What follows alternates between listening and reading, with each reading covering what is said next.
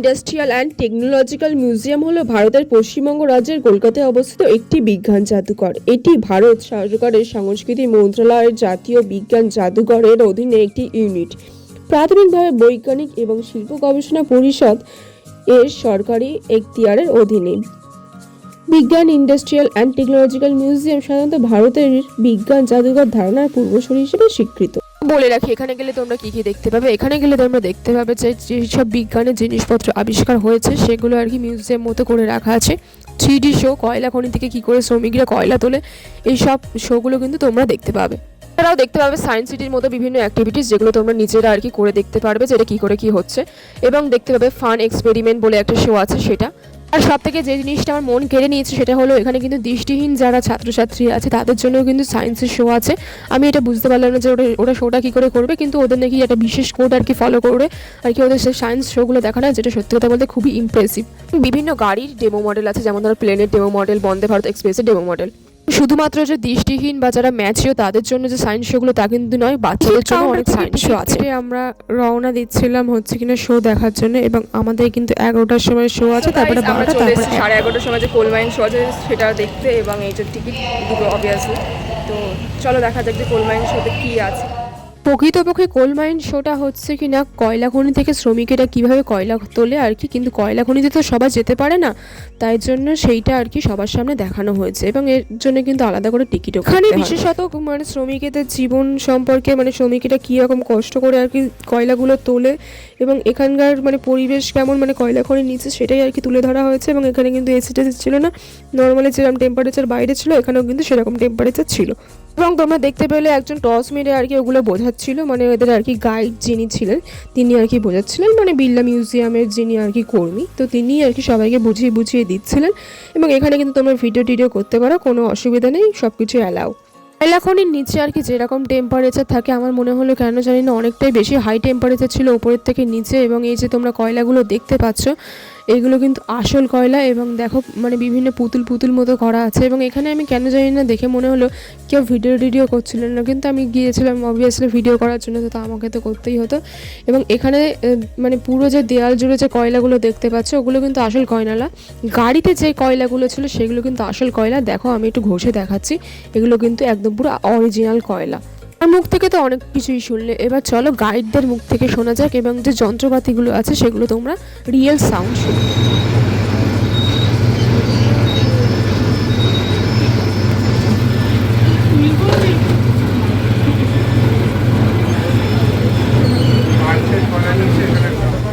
সেই সব জায়গায় এরকম কনভেয়ার বেল্ট ইউজ করা হয় কয়লা বের করে আনার জন্য। এখানে যেমন কয়লা বের করে এনে এই গাড়িটাকে ভরা হচ্ছে, তারপরে এই গাড়িটা ও কয়লাগুলোকে এগিয়ে নিয়ে যাবে।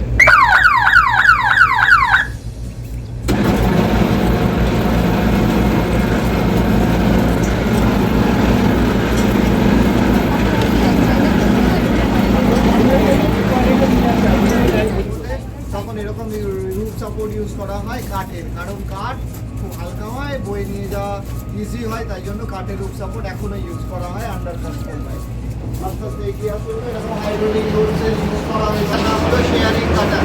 শেয়ারিং কাটারের স্পেশালিটি হলো সামনের দেওয়াল এবং ছাদ, এই দুই জায়গা থেকে কয়লা কাটতে মেশিনটা সামনের দিকে এগিয়ে চলে যায়, যার ফলে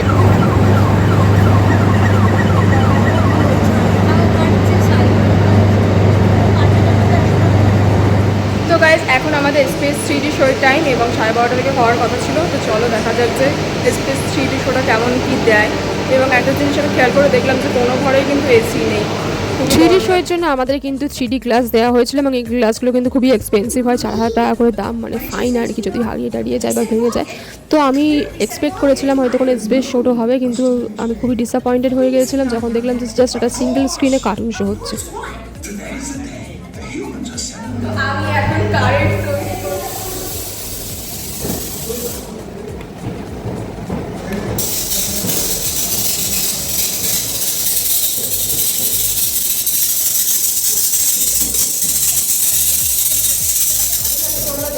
পড়েছিল রোদের চ্যাপ্টার পড়েছিল কিনা জানি না, কিন্তু শ্রেণীর সমন্বয় এবং সমান্তরাল সমন্বয় করেছিলেন।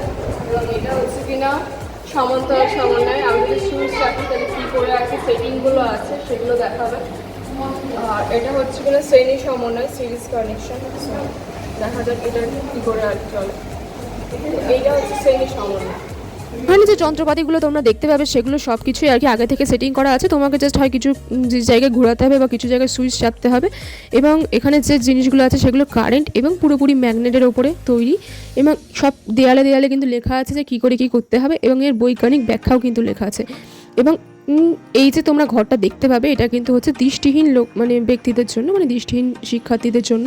কিন্তু এটা কী করে ওরা সম্ভব করলো আমি তো মাথায় কিছু ঢোকাতে পারলাম না। তো যাই হোক, এখানে কিন্তু আরও কিছু যন্ত্রপাতি ছিল যেগুলো কিন্তু আমাদের টেস্ট করা হয়নি, কিন্তু মানে জায়গাটা খুবই আমার ভালোই লেগেছে। আর ঠিক পাশের ঘরেই ছিল একটা স্টুডিও মতো, যেখানে গেলে আর কি বিভিন্ন ধরনের যন্ত্রপাতি তো দেখাচ্ছে, এবং সেখানে অনেকগুলো এলসিডি স্ক্রিন আছে, এবং এলসিডি স্ক্রিনে কী দেখাচ্ছে সেটা দেখলে তোমরা অবাক হয়ে যাবে। এলসিডি স্ক্রিনে আর কি খেলা দেখানো হচ্ছিল। বা তোমাদের মনে হতেই পারে বিড়লা মিউজিয়ামে যারা কাজ করে তারা কি কাজবাজ বাদ দিয়ে খেলা দেখে, সেরকম কিন্তু না। দেখো ফুটবল স্টেডিয়াম আছে, আর একটা কিন্তু আছে ক্রিকেট স্টেডিয়াম, মানে এর সাথে আর কি বিজ্ঞানে কীরকমভাবে সম্পর্কযুক্ত সেটাই আর কি ওর গবেষণার মাধ্যমে ওখানে বোঝানো হয়েছে, ব্যাখ্যার মাধ্যমে বোঝানো হয়েছে। তো সেটাই আর কি আমরা দেখছিলাম। তারপরে আমরা চলে গিয়েছিলাম সায়েন্স শো দেখতে, মানে ফান সায়েন্স শো দেখতে। लेकिन क्वेश्चन है कि ऊपर में और नीचे ऐसा स्पेशल क्या है जो बैलून यहाँ पे बस नहीं किया। देखो तो कुछ स्पेशल है ऊपर में, सोते या फिर ग्लू कुछ नहीं ना, तो कैसे हुआ? देखिए बाहर निकलने के बाद भी कुछ नहीं होगा, लेकिन जब भी इसको हाँ तो सब ऐसे चौक जाएंगे क्योंकि বেলুন তব পড়েगा। সেন্ট্রিফিউগাল ফোর্স বা অপকেন্দ্র বল যার জলের টেন্ডেন্সি কি হচ্ছে সেন্টার থেকে বাইরের দিকে যাওয়া। তো এমন একটা পজিশন আসছে যখন পুরো কোটো কিন্তু উল্টে যাচ্ছে একদম, তখন তো বলার কথা যদি সেন্ট্রিফিউগাল ফোর্স কাম করতো কিন্তু এতক্ষণে আমি কিন্তু অবভিয়াসলি পিছিয়ে যেতাম। যেহেতু কাজ করছে সেন্ট্রিফিউগাল ফোর্স, তো কাজ করছে কোন দিকে? সেন্টার থেকে বাইরের দিকে। আর সেখানে কিন্তু আছে কভার, পানি ওই पे जाके यहाँ पे ब्लॉक हो रहा है, नीचे यहाँ पे नहीं गिर रहा है। तो बच्चे लोग যারা বাচ্চাদের ফান সায়েন্স শো দেখার পরে তারপরে আমরা গিয়েছিলাম বিভিন্ন রকম জিনিস পর্যবেক্ষণ করতে, এবং সেখানে দেখতে পেলাম শুধু যে এক জায়গায় বিজ্ঞানের জিনিসপত্র এক্সপ্লোর করা ছিল তা কিন্তু না, এখানে কিন্তু অনেক কিছুই এক্সপ্লোর করার আমাদের বাকি ছিল। তো সেগুলো আর কি আমরা এক্সপ্লোর করছিলাম, এবং সত্যি কথা বলতে এগুলো এত ফান এবং এত ইন্টারেস্টিং ছিল, এবং নিচে কিন্তু লেখা ছিল যে কী করে কী করতে হবে, সেটাই সব থেকে ইন্টারেস্টিং, কারণ আমরা তো হয়তো বুঝতেও পারতাম না যে কী করে কী হবে। আমরা 11-12 চ্যাপ্টারে ভৌত বিজ্ঞানের আর কি মানে ফিজিক্সের আর কি অনেক জিনিসগুলো পড়েছি যেগুলো হয়তো জাস্ট আমরা মুখস্থ করেছি, কিন্তু সেগুলো কিন্তু আমাদের কোনোদিনও প্র্যাকটিক্যালি দেখা হয়নি। কিন্তু এখানে যখন আমি প্র্যাকটিক্যালি জিনিসপত্রগুলো দেখছিলাম সত্যি কথা বলতে খুবই ভালো লাগছিলো, এবং ওই যে সুইচটা আমি টিপলাম তার জন্য কিন্তু নিচে দিয়ে হাওয়া হচ্ছিলো। এবং দেখো এই যে ট্রেন মতো সিস্টেম করেছে, এটা কিন্তু সামনে থেকে পেছনের দিকে যাচ্ছিলো। গাইস এটা কিন্তু নর্মালি কিছু দেখা যাচ্ছে না, কিন্তু আমি যদি এখান থেকে দেখি মানে এই গ্লাসের ভেতর থেকে, তাহলে কিন্তু একদম পুরো স্পষ্ট আসবে। এবং তার ঠিক পরেই ছিল ওয়াকিং পিয়ানো। ওয়াকিং পিয়ানো বলতে আমি যে হাত দিয়ে পিয়ানো বাজাচ্ছিলাম তা কিন্তু না, এখানে আমি পা দিয়ে যেরকম করে হাঁটছিলাম সেই রকম করে কিন্তু আর কি পিয়ানোটা বাজছিল, এবং এটা সত্যি কথা বলতে খুবই ইন্টারেস্টিং ছিল। এবং এটা কিন্তু সব সায়েন্স মিউজিয়ামে আছে, সায়েন্স সিটিতেও আছে, এটা সত্যি খুবই সুন্দর। তারপর ঘুরতে ঘুরতে সব থেকে একটা জিনিসই দুঃখ লাগলো যে বাচ্চাদের জন্য কত কিছু অ্যাক্টিভিটিস আছে, মানে 2 বছরের বাচ্চাদের জন্য, কিন্তু আমাদের জন্য কিছুই নেই। তো যাই হোক, তারপরে এরকম একটা আমি মূর্তি মনে দেখেছিলাম, মূর্তি না আর কি ওর ভেতরে আর কি জিনিসপত্র দেওয়া আছে, এবং এটা যখন তুমি খুলবে একটা কিন্তু সাউন্ড আর কি মাইকের শোনা যায়। এটা হচ্ছে একটা হিউম্যান বডি, এবং হিউম্যান বডির ভেতরে কী কী আছে সেটা আছে সেটাই আর কি।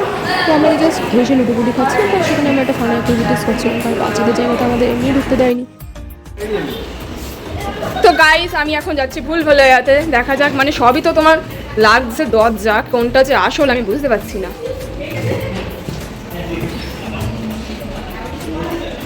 ঠিকঠাক কি যাচ্ছি আদৌ? এইটা এটা এটা কাজ, ঠিক আছে। এটা কি কাজ? না এটা কাজ না, এটা এটা এটা না, এটা কাজ। এবার রাস্তা নেই, রাস্তা নেই।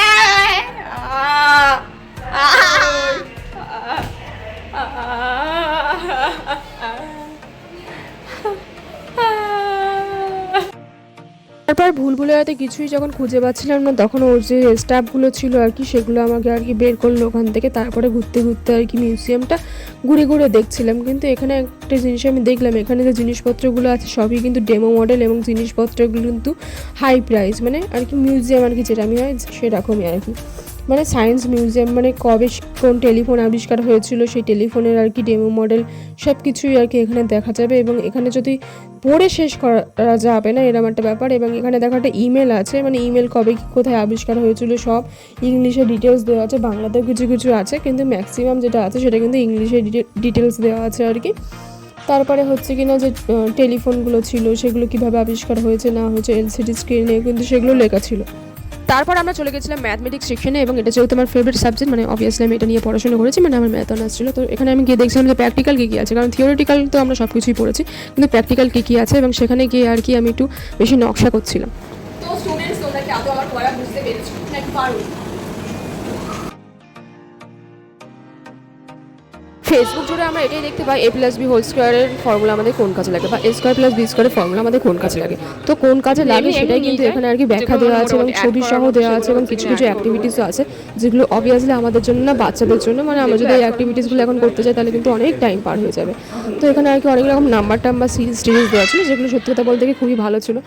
তার ঠিক পরে আমরা চলে গিয়েছিলাম আর কি মাটির নিচে থেকে আমরা যে খনিজ পদার্থগুলো পাই, মানে অ্যালুমিনিয়াম, কয়লা, এই সব আর কি, সেগুলো আমাদের কোন কাজে লাগে এবং এখানে কিন্তু এলসিডি স্ক্রিন আর কি দেওয়া হয়েছিল যে আমরা সেগুলো উত্তোলন করি কীভাবে। এই রুমটায় আছে হচ্ছে কিনা কীভাবে ধাতু আবিষ্কার করা হয়েছিল এবং কী কী ধাতু সেগুলো কিন্তু এই রুমটায় আর কি পুরোপুরি আছে।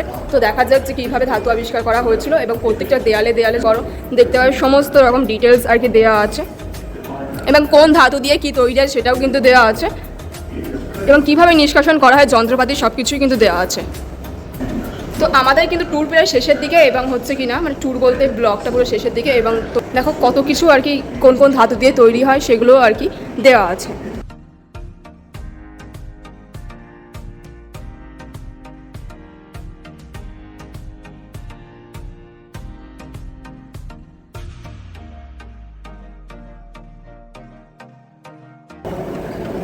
তারপর হচ্ছে ব্রোঞ্জ দিয়ে আর কি কী হতো আর কি সেটা পুতুল মতো করে দেখিয়েছে। দেখো ব্রোঞ্জ দিয়ে কী তৈরি হতো, এখানে মানুষের কটা পুতুল মতো করে আর কি সব কিছু থিম ওয়াইজ বোঝানো হয়েছে। তার ঠিক পরে আমরা এমন একটা রুমে চলে গিয়েছিলাম যেখানে সব কিন্তু কালো কালো এবং আমরা বুঝতে পারছিলাম যে এখানে এত জিনিসপত্র কালো কেন, কোনো রঙিন নেই কেন। তারপরে এটা বুঝলাম যে এটা দৃষ্টিহীন যারা শিক্ষার্থী তাদের জন্য। যাই হোক, আমি একটা জিনিস বুঝলাম এটা কিন্তু সায়েন্স সিটির মতো অত কিন্তু বড় না এবং মোটের ওপর দিয়ে ভালো সায়েন্স সিটিতে গেলে কিন্তু অনেক টাকায় খরচা হয়, সে যাই হোক। এবং এখানে কিন্তু বেশ ছবি করে থিম করে সুন্দর করে দেওয়া ছিল সব কিছু, মানে ভালো বোঝানো ছিল। তো গাইস, আমি এখন চলে এসেছি যানবাহন ব্যবস্থা, মানে যানবাহন ব্যবস্থা মানে কী করে আর কি পরপর গিয়েছে সেইগুলো। তো চলো দেখা যাক। তো প্রথমেই তোমরা দেখতে পাবে যে প্রথমে একটা আছে নৌকা এবং ডিফারেন্ট টাইপস অফ নৌকা আছে যদি তোমরা দেখো।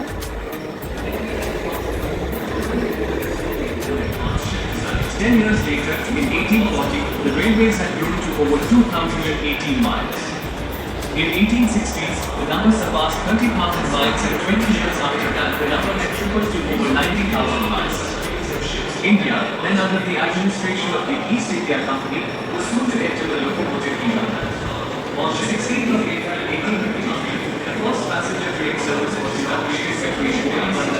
এই দেখো, এটা হচ্ছে কিনা মোদি যে বুলেট ট্রেনটা চালু করেছিল, দেখিয়ে দিই, বন্দে ভারত।